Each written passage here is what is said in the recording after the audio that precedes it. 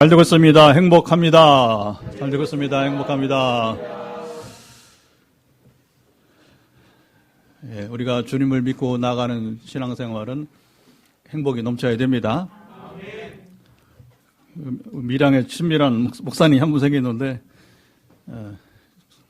오늘 아침에 어떻게 대화가 되면서 요즘 제일 행복한 사람은 신수일 목사님이라고 이렇게 여러 가지로 우리가 소통하면서 또 우리 교회 이야기를 우리가 또 나누면서 그만큼 지금 이게 힘겨운 시대인데 왜 빚내리변이 생기가 넘치느냐 하는 얘기겠죠. 자, 축제 공동체 빌립보기 이야기를 오늘도 나누게 됩니다. 오늘 본문을 통해서도 이제 우리가 누리게 될 축제 공동체 어떤 모습인지 함께 찾아봅니다. 자, 18번째 시간이고요. 우리가 21번으로 좀 나머지는 축약을 좀 해서 우리가 종려주일 전까지 마치려고 합니다. 그리고 종려주일 우리 고난주간 이후에는 당분간은 우리가 또 본문을 좀 다양하게 좀 가보려고 합니다.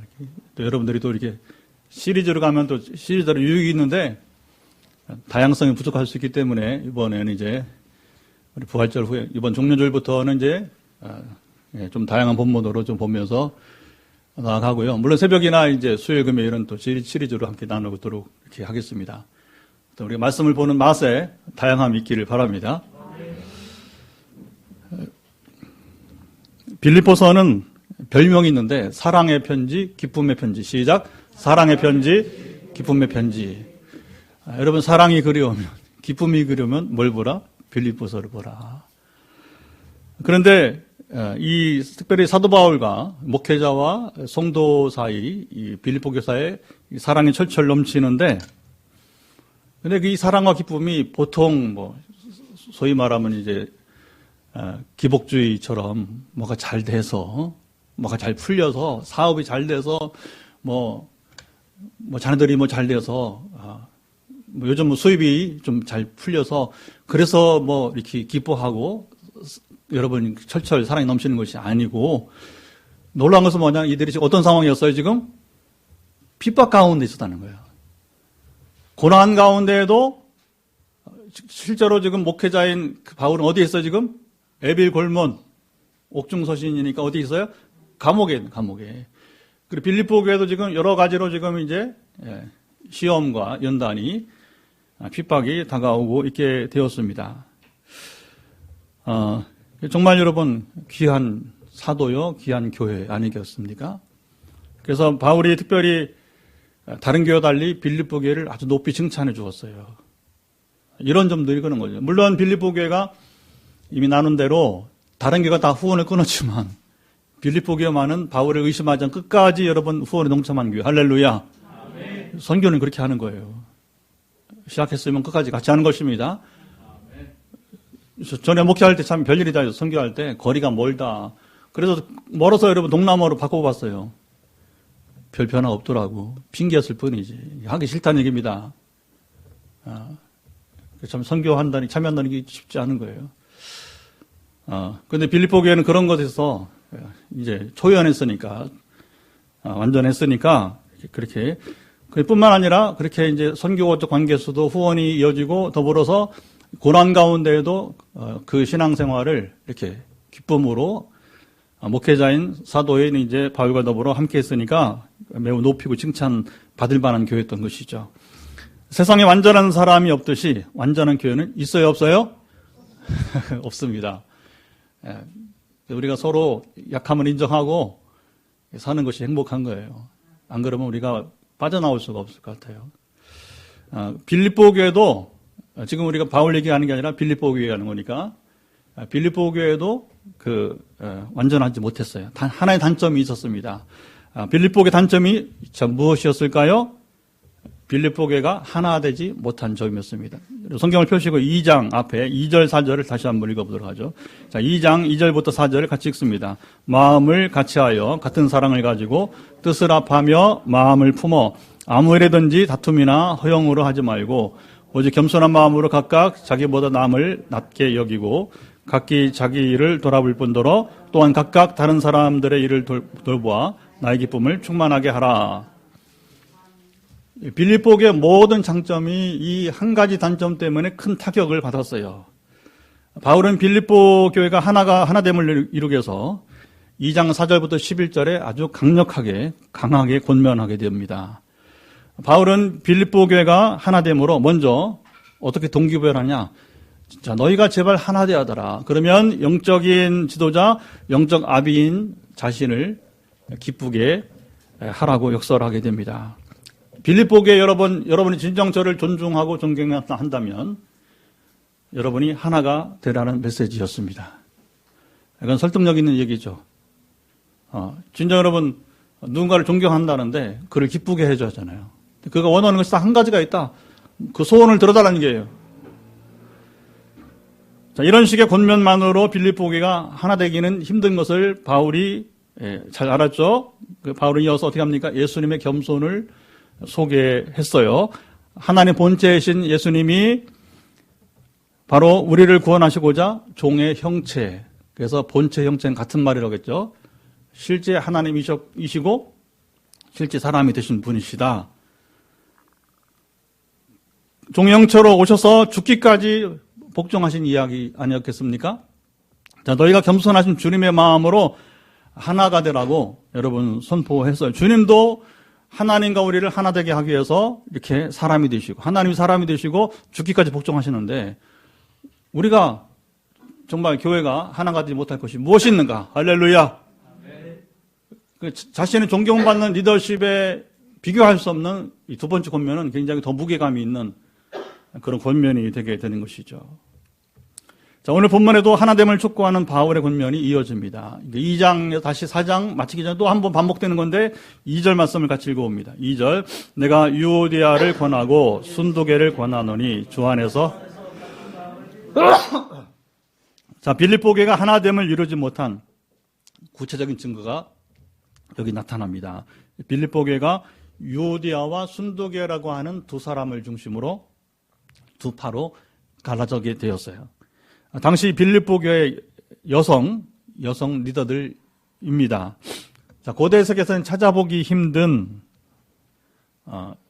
모습이죠.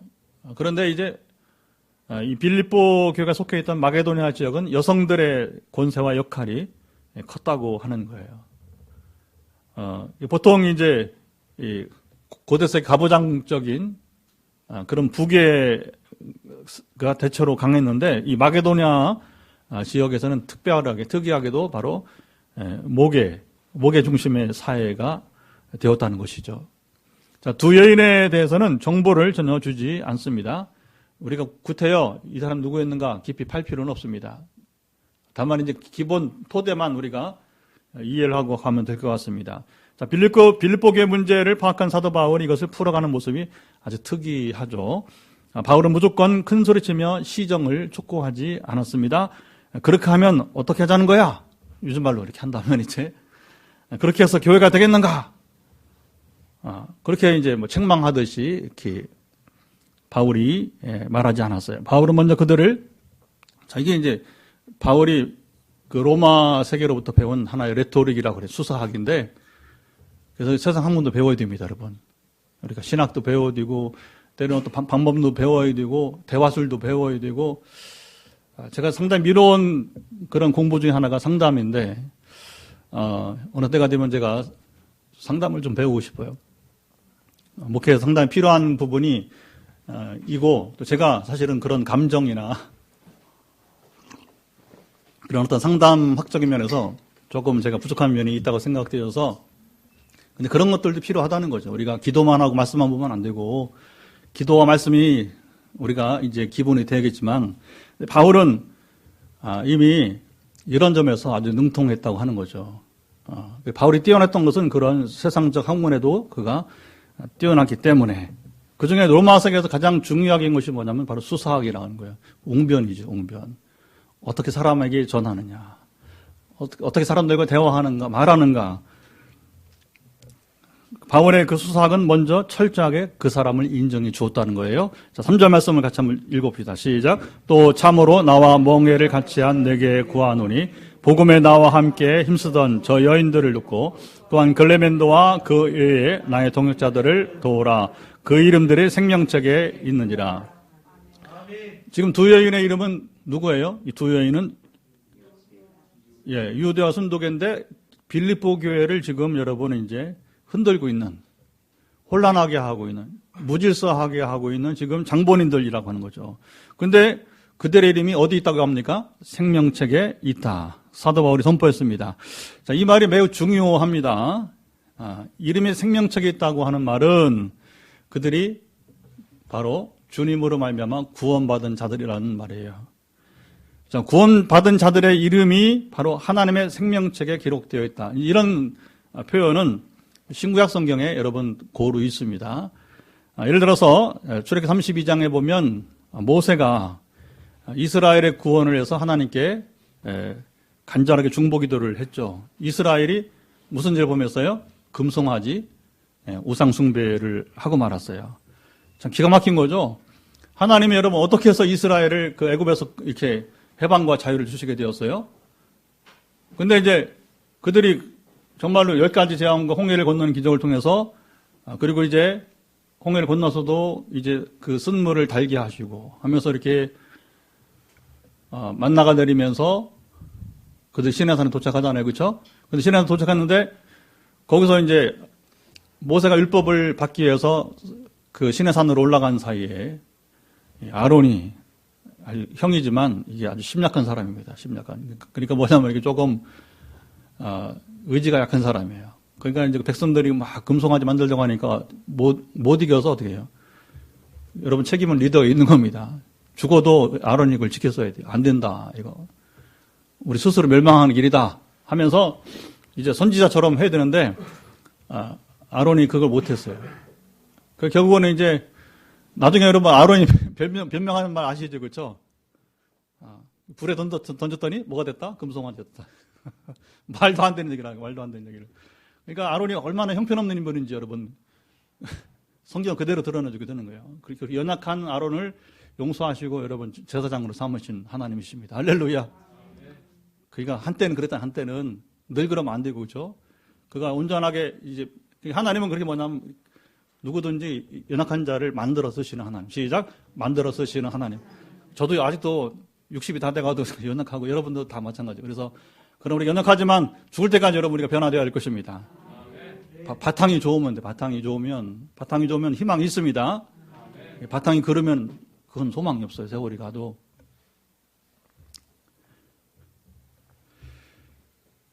그러니까 하나님이 얼마나 이게 여러분 기가 막힌 거예요.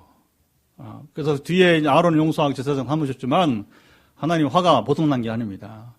기껏 자유 해방을 주었구만 우리를 이곳에 인도하신 신이 금송아지라니까 이게 참 기가 막힌 거죠. 그러니까 하나님께서 이스라엘을 진멸하려고 하셨어요. 그리고 하나님께서 모세를 통해 이제 새 민족을 일으키겠다고 제안하시게 되었습니다. 무슨 말입니까? 아브라함 언약을 파기하겠다는 얘기예요. 그리고 아브라함도 할 말이 없다는 얘기죠. 왜? 그 자손들이 워낙 성경 들어가면 목이 곧은 백성이라고 목이 곧은 뭐든 교만하다는 거예요. 좀처럼 하나님 말씀에 귀를 안 기울이는 건 순종하지 않는 것입니다. 그러니까 이 백성들은 자격이 없으니까 다 진멸해버리고 모세 노랑 통해서 다시 하나님 하시면 하십니다. 무서운 겁니다, 여러분. 이제 아브라함 계약 파기하고 모세 계약을 맺자 이런 제안이었어요. 보통 사람이었다면 얼씨거나 좋거나 하고서 받았겠죠. 사실 여러분 쉽지 않은 것입니다. 이거 뿌리치기가 쉽지 않은 것입니다. 모세는 이 제안에 관심이 없었어요. 모세는 하나님께서 도리어 이스라엘의 죄를 용서해달라고 간절히 구하게 됩니다. 자, 모세의 중보기도 가운데 어떻게 나옵니까? 이스라엘의 죄를 사하지 않으시면 주의 기록한 책에서 누구 이름을? 그렇지, 모세 자기 이름을 지워달라고 간청했습니다. 그 나를 구원하시지 않더라도 내 백성 이스라엘을 긍휼히 여겨주세요. 긍휼히 여겨달라는 기가 막힌 기도입니다. 모세의 유명한 생사를 건 중보기도입니다. 여러분, 생사는 아무데나 거는 게 아니에요. 생사는 복음을 통해서 생명을 얻는데 한 사람의 영혼을 건지는데 지금 세월이 지났지만 일본에서 가장 여러분 영웅 한인이 있어요. 지하철 아시죠? 자기를 몸을 던져서 일본인을 구원했던 김수현 씨, 청년이었죠. 참 기가 막힌 거죠, 그렇죠? 목숨은 그런 데 거는 거예요. 사람을 살리는데, 특별히 우리 복음으로 여러분 이제 생명 건지는데 우리가 여러분 생사를 거는 것입니다. 제도 개혁 우리가 목숨 걸면 안 됩니다. 여러분 제도 개혁이 필요합니다. 그러나 그럴 만한 가치가 없어. 그럴 가치가 없어. 제가 보기에는 제도 바꾼다고 나아지는 건 별로 없더라고요. 그 본질을, 제도를 바꾸지 말고 본질을 바꿔야 될 것입니다. 본체가 바뀌어야 될 것입니다. 그리고 모세가 여러분 얼마나 위대하냐. 그리고 하나님 칭찬하십니다. 모세와 같이 온유한 사람이 없었다고 말합니다. 뭘 보고? 이것 때문에 그런 거예요. 이것 때문에. 보통 사람이 할 수 없는 자세라고 하는 거죠. 그 부분을 보면요. 하나님과 모세의 대화를 보면 누가 하나님이고 누가 모세인지 몰라. 역전된 것 같아. 그렇잖아요. 그렇죠? 야, 정말 모세 대단한 사람이었다. 물론 모세가 그렇게 되기까지 정말 여러분 80년 이상의 약 100년 가까이 이제 연단의 기회가 있었던 과정이 있었던 것이죠. 자, 신약에서 생명책은 오늘 본문과 오늘 보면 3절과 요한계시록 3장 5절에도 말씀하고 있어요. 교회 일을 하다 보면 이런 사람 저런 사람이 있습니다. 예상치 못한 일들, 그걸 뭐라고 돌발 상황이 일어나게 됩니다. 어떤 뉴스도 보면 돌발 영상이 나와요. 돌발 영상, 그렇죠? 돌발 상황을 일으켰다고 그들이 구원받지 못한 사람들이라고 말하면 여러분 곤란하다는 거예요. 우리는 심판관이 아니기 때문인 것입니다. 자, 빌립보서를 보면 볼수록 진가가 있는 것은 여러분 이 4장에 불과한데 우리가 왜 21번씩이나 사실은 제가 24번짜리 강의인데 이게 너무 좀 길어지는 면이 있어서 한 부분을 제가 좀 압축 3주 할 거를 이제 이렇게 한 주에 이제 하게 될 거예요. 여러분 이 무슨 이 짧은 성경 가지고 24번이나 설교를 합니까?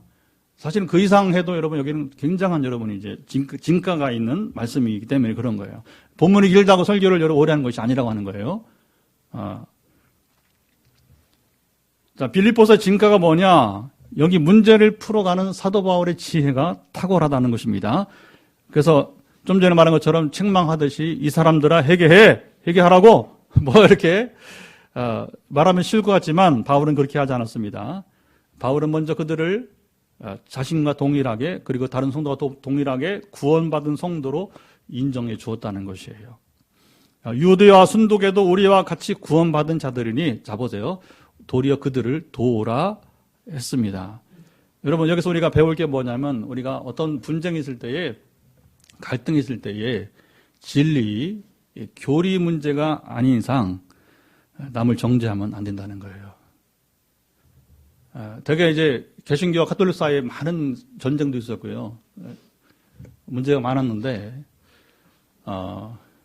되게 교파적 전쟁이지 교리적 전쟁은 아닌 것 같아요. 제가 봤을 때는요. 왜냐하면 이제 사실 동서방교회라고 하면 뭐냐면 이제 1054년도에 그전 교회가 하나였어요. 그냥. 그래서 로만 가톨릭 교회라는 게 뭐냐면 가톨릭이라는 뜻이 뭐냐면 캐톨릭, 이것은 뭐냐면 이제 보편적인 교회는 하나밖에 없는 이게 중요합니다.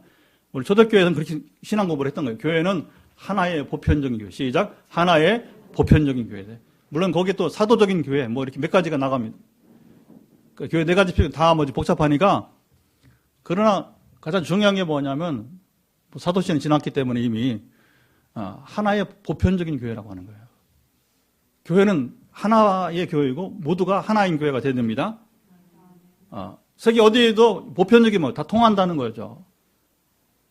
근데 이제 그 동방교회, 서방교회가 분열되게 1054년도에 그리고서 다시 약 500년 지난 다음에 1517년에 이제 소위 말하는 종교개혁의 횃불이 이제 일어나면서 개신교도 나오기도 하고 이렇게 하는데 그러나 거의 제가 교회사를 공부해 보면 제 전공 교회사잖아요. 정말 진리 때문에 싸운 경우는 없어요. 왜 싸우냐? 교세 때문에 싸우는 거예요. 교세 때문에. 여러분, 서방교회가 교황을 독점을 했어요. 소위 말하면 로마의 감독만이 교황을 하게 된 거예요. 그러니까 동방교회가 섭해요? 섭하지 않아요? 섭한 거죠. 그걸, 자, 600년부터 교황제도 시작됐는데 1054년, 454년을 참아온 거예요. 동방교회가. 그러니까 이것이 로마 교회의 독단이 결국 뭐냐, 이게 교회 분열을 일으키게 된 거예요. 물론 자잘한 것들이 있죠, 그렇죠? 자잘한 것들이 있죠. 그래버리 이제 다시 서방교회와 그다음에 개신교회가 분리가 되는데, 여전히 보게 되면 그 실질적인 내용을 보게 되면 되게 이 교세 문제가 많이 관련되어 있다고 하는 것입니다. 물론 이제 개신교의 이 분열은 그 로마 가톨릭 구원론에 상당히 문제가 있었고 타락한 상황에서 일어난 것이지만, 그러나 하나의 주님이시고 하나의 세례이고, 자 보세요. 가톨릭이나 우리나 같은 주님이시죠, 그렇죠? 한 주님이시죠, 그렇죠? 지금 익숙하지 않아요, 그렇죠? 이런 얘기를 다 안 들어봤기 때문에 그런 거란 말이에요. 그러니까 천주교나 우리나 한 주님이십니다. 예수 그리스도 한 주님이십니다. 예수로 말미암아 구원받는 거 동일한 것입니다. 삼위일체 하나님 동일한 거예요. 물론 나머지 이제 마리아노라든가 여러 가지 이제 문제가 있는 부분들이 있어요. 그러면 그거 따지면요, 영원히 교회 하나 될 수 없는 거예요. 그래서 이제 우리가 이제 기본적으로 뭐냐면 이제 가장 기본적인 것에서 문제가 없으면 우리가 이해를 해야 돼요. 그거 여러분 평생 안 풀립니다. 그러면 세계가 더 불화한 거예요. 그렇기 때문에 부득이하게 뭐냐면 가장 기본적인 교리에서 문제가 없으면 서로 용납하라는 것입니다. 그러니까 그것이 발달해서 어떻게 되냐면 이제 20세기에 새로운 변화가 일어나게 된 거죠. 그래서 그 로마 천주교에서도 개신교를 우리를 향해서 뭐라고 하냐면 이제 형제들이라, 교황이 우리를 형제들이라 처음으로 표현한 거예요. 2000년 교회사에서 처음으로 뭐냐면 이제 이 로마 교황이 우리 개신교에서 이제 아워 브리드린이라고, 우리의 형제들이라고 표현한 거예요. 그리고 우리 개신교에도 구원의 신비가 있다고 인정을 했어요. 처음으로. 자, 그러면 여러분, 교황이 인정했으면 우리도 천주를 향해서 인정을 해줘야 되는 거예요. 이건 대승적 차원에서 한 얘기입니다. 오해하지 마시고. 바울 입장 그런 것 같아요. 바울 입장이 유오디아 순덕에 문제 있는 여인들이죠. 그러나 정죄하지 않았다는 겁니다. 그게 왜냐하면 진리의 문제가 아니었기 때문에. 싸움은 큰 소리를 내는 사람이 여러분 지는 거예요. 조용히 품는 사람이 이깁니다. 자, 미국의 어느 극장에서 연극을 시작할 때였어요. 할머니 한 분이 연극을 시작해야 되는데 모자를 쓰고 있는 거예요. 미국에서는 실내에서 모자를 쓰면 예에서 벗어난 일입니다. 이건 문화적인 일이에요. 옛날 문화, 지금 모르겠어요. 자, 이 할머니 마음을 상하게 하지 않고 연극을 진행하는 사회자가 모자를 벗도록 했습니다. 어떻게 했을까요? 사회자가 재치있게 광고를 하며 연극을 시작했습니다. 자, 오늘부터 우리 극장에서는 60세 이상의 노인들에게는 모자를 벗지 않아도 되도록 허용합니다. 그때 할머니가 얼른 모자를 벗더랍니다. 여러분, 참 재치 있는 말 아니겠어요, 그렇죠? 사람은 늙은 거 싫어하거든요. 당신도 젊다. 할머니 젊은 분이니까 모자 벗으세요 하는 얘기예요. 상당히 재치 있는 말을 바꿔서 말하는 것이죠. 할머니도 젊지 않습니까? 그러니까 이제 모자를 벗어주세요 하는 말로 이제 한 것이 그렇게 했다는 거예요. 자기를 인정하면서 권할 때 그 말을 듣지 않은 사람이 없다는 이야기입니다. 자, 인정해 주는 것은 하나도 없고 비판만 하면 아무리 귀한 조언도 귀에 들리지 않는 거예요. 이게 문제가 되는 거죠. 상대방을 향한 부정적인 감정만 싹트게 되는 것입니다. 자, 1절 말씀을 읽어보도록 하죠. 1절, 그러므로 나의 사랑하고 사모하는 형제들, 나의 기쁨이요 멸류관인 사랑하는 자들아, 이와 같이 주 안에 서라. 형제들과 사랑하는 여기 형제들과 사랑하는 자들은 누굴 말해요? 빌립보교의 성도들을 의미해요. 자, 이 사람들 입장은 비유로 보자면 고래 싸움에 누구 등 터져요? 네, 새우 등 터지는, 고래 싸움에 등 터진 사람들입니다. 자, 빌립보교의 성도들이 무슨 잘못이 있어요? 사도 바울은 그들을 향해서 위로합니다. 두 여인들의 다툼과 갈등으로 인해서 상처받지 말고 빌립보교의 성도들아, 주 안에 서라. 시작. 주 안에 서라. 흔들리지 말고 주 안에 굳게 서라고 했어요. 여러분, 우리가 때로는요, 좀 안타까운 게 뭐냐면 본질이 아닌데 사람들 때문에 상처받고 사람들 때문에 여러분 이제 주 안에 서지 못하는 경우를 볼 때 참 제일 가슴이 아픕니다. 마음이 아픈 거예요. 여러분, 그 마음을 빼앗기지 말기 바랍니다. 자, 교회 하나됨을 촉구하는 바울의 권면 이렇게 마치게 되었고요. 문제를 일으킨 유오디아와 순두계에게 권면하기 전 그들을 인정하고 칭찬해 주었습니다. 하지만 그들의 잘못을 분명하게 지적했어요. 아까 모자를 벗긴 그 할머니 이야기처럼 이제 주 안에서 같은 마음을 품으라. 그겁니다. 시작. 주 안에서 같은 마음을 품으라. 두 여인 사이에서 상처받은 빌립보 성도들까지 여러분 하면 이제 위로해 주었습니다. 바울은 천상 목회자였어요. 교회가 하나 되는 것은 빌립보 교회처럼 쉽지 않은 일입니다. 자, 빌립보 교회 같이 신학 시대에 여러분이 이제 그런 모범적인 교회도 온전히 이루지 못했습니다. 시대를 초월해서 교회의 하나됨은 아무리 강제도 지나치지 않아요. 교회가 하나 되지 않고는 여러분 온전한 교회가 될 수 없어요. 자, 이제 우리 교회 얘기를 해봅니다. 우리 포항 빈내리 교회는 하나님께서 주신 비전을 쫓아가는 교회. 시작. 하나님 주신 비전을 쫓아가는 교회. 우리의 꿈, 우리의 계획이 아니라 하나님의 인도하심을 쫓아가는 교회. 이건 새로운 시도입니다. 그러나 사도들이 살았던 삶이에요. 옛날 선지자들이 살았던 삶이에요. 다윗이 살았던 삶이에요. 주중에 오신 분들은 아주 귀가 이제 그렇죠. 닳도록 들었죠. 그렇죠. 다윗이 어떻게 상통했느냐? 하나님께 묻고 듣고 순종. 시작. 묻고 듣고 순종하고. 예. 그러니까 우리 교회는 담임 목사의 목회 철학에 따라 목회하는 교회가 아니에요. 하나님께 다윗처럼 묻고 듣고 순종하는 공동체입니다. 제가 교회 개척을 하기 전부터 묻기 시작했어요. 하나님, 저를 통해서 어떻게 하시겠습니까? 근데 이런 목회자들 가운데도 이렇게 대화하다 보면요, 이런 기도를 잘 이해를 못하죠. 저도 사실은 이제 불과 제 스스로 적용하고 배운 지 10여 년밖에 안 되기 때문에 묻는 기도를 잘 못했어요. 그렇게 그냥 부르짖는 기도를 많이 했죠. 그렇죠? 그래서 톤이 일단 높아야 되고, 막 바락바락 외쳐야 되고, 뜨거워야 되고, 그렇지 않으면 맹숭맹숭 기도한 것 같지도 않고. 근데 진짜 맛은 뭐냐면, 자 보세요. 그런 분위기가 감정이 아니라 하나님과 교제가 이루어지는 것. 응답을 누리는 것. 능력을 경험하는 것. 하나님 인도하심을 받는 것. 그러니까 소리 바락바락 지르지 않아도 되더라고요. 물론 연단이 필요합니다. 연단이 필요합니다. 하루아침에 되는 건 아니에요. 많은 시간이, 제가 그동안에 소식했지만 아브라함처럼 40년, 저도 40년 많은 시간이 필요하게 된 것이죠. 그래서 제가 어떻게 할까요? 이렇게 물은 거예요. 2016년 9월 초 추석 주간, 월요일부터 3주간 금식 기도를 하면서 하나님께 묻게 되었어요. 제가 그때 정신이 없었어요. 그런데 이번에 LED 우리 전광판을 기증해 주시는 목사님이 제가 몇 가지 이렇게, 그래도 교회를 사임하기 전에 저 멘토니까 저의 나이는 9년 장로님하고 동갑입니다. 9년 차이 밖에 안 날 수도 있다고 할 수 있겠지만 그러나 나이가 문제가 아니라 여러 가지로 그동안 제가 이제 신학하기 전부터 청년 때부터 그리고 이제 신학을 하면서 주기적으로 같이 영적 교제를 해왔던 이 목사님은 이제 신앙 체험을 하고 신학을 거꾸로 했어요. 저는 신학을 하고 나중에 신앙 체험을 했는 거꾸로 좀 다르죠. 근데 이 목사님이 이제 사임을 하기 전에 3주 금식을 보냈어요. 그리고 돈 때문에 싸우지 말고 분쟁을 일으키지 말고 조용히 나와라. 바보처럼 조용히 소리를 들리지 말고 나오라. 그리고 가능한 교인들을 한 명도 데리고 나오지 말라고. 그 세 가지. 담임 목사가 적어도 3주 금식은 하고 사임을 해야지.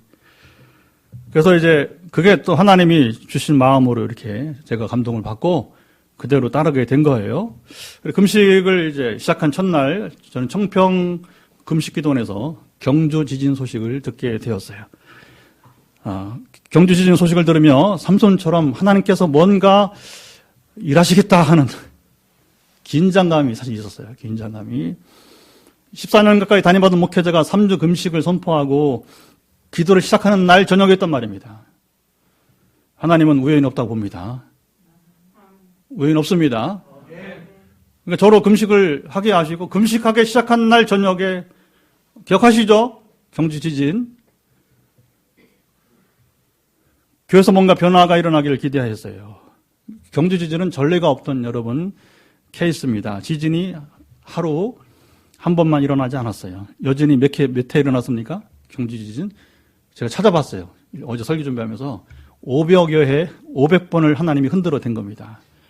하나님께서 여러분 엄청나게 전례 없이 땅을 흔드신 거예요. 그런데 사람들은 아무런 변화가 일어나지 않았어요.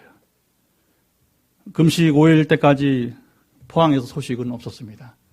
제 마음에는 정말 인간적으로 목사님 그만 내려오세요. 우리가 잘못했어요. 그럴 줄 알았어요. 하나님 흔들어 대니까. 그러나 그런 소식은 일체 기대할 수 없는 것이 아무런 변화가 일어나지 않았어요. 금식 5일까지 하나님은 제게 침묵하시고 성경 통독과 기도에만 몰입하게 했어요. 기도원, 수도원 이런 거예요. 성경 읽고 기도하고 성경 읽고 기도하고 그러면 이제 오래 기도하려면 어떻게 운동을 해야 돼, 운동을. 그래서 밥 먹는 시간에 나와서 청평 왜 가느냐? 뒷산이 좋아요. 기도원에서 바로 방해받지 않고 산으로 올라갈 수 있으니까 산행을 하는 거예요. 제가 산 잘 걷죠? 뭐 한라산도 갔다 오고 20km 거뜬하게 걷고 그렇게 사는 겁니다. 운동하니까 그게 되더라고요. 그러니까 금식하면서 운동해야 오래 기도할 수 있는 거예요. 근데 이제 5일째 되어도 침묵하시니까 성경 통독과 기도는 은혜가 되지만 몸은 힘들어지고 그때 제가 하나님을 향한 마음이 발동했어요. 하나님 인격이시죠. 제가 습관적인 기도를 많이 하거든요. 그랬더니 김근영 성도님이 제 아내에게 질문을 했대요. 성도님 들으세요. 하나님 인격이시죠? 그 말이 무슨 말이냐면 하나님 인격이시죠 묻는 건 무슨 말이냐면 하나님 저를 아시죠 하는 얘기. 여러분 인격적 존재만 나를 안다고 하는 것입니다. 제 마음을 지금 아시죠? 제 상황을 아시죠? 제 갈급함을 아시죠? 여러분 하나님 인격이시기 때문에 김근영 성도님을 아십니다. 성도님의 마음을 아십니다. 지금 상황과 갈급함을 아신다는 것입니다. 그리고 앞으로 기도할 때 성도님 지금 정확히 제가 전달했으니까 하나님 인격이시죠 할 때마다 성도님 아멘 하세요. 이때로부터 6, 7년 전부터 이미 제게는 영적인 눈을 열어주신 하나님이 침묵하시니까 뭔가 이상했어요.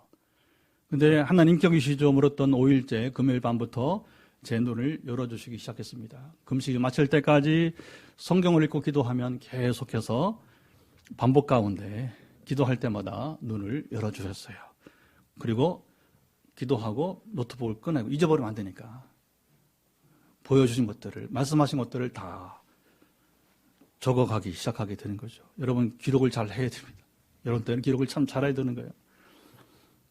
여러분들에게 제가 새벽 왜 그때 기도 메시지를 주냐면 잊어버리니까. 그래서 바로 혹시 새벽을 깨우는 경우도 있을 것 같아요.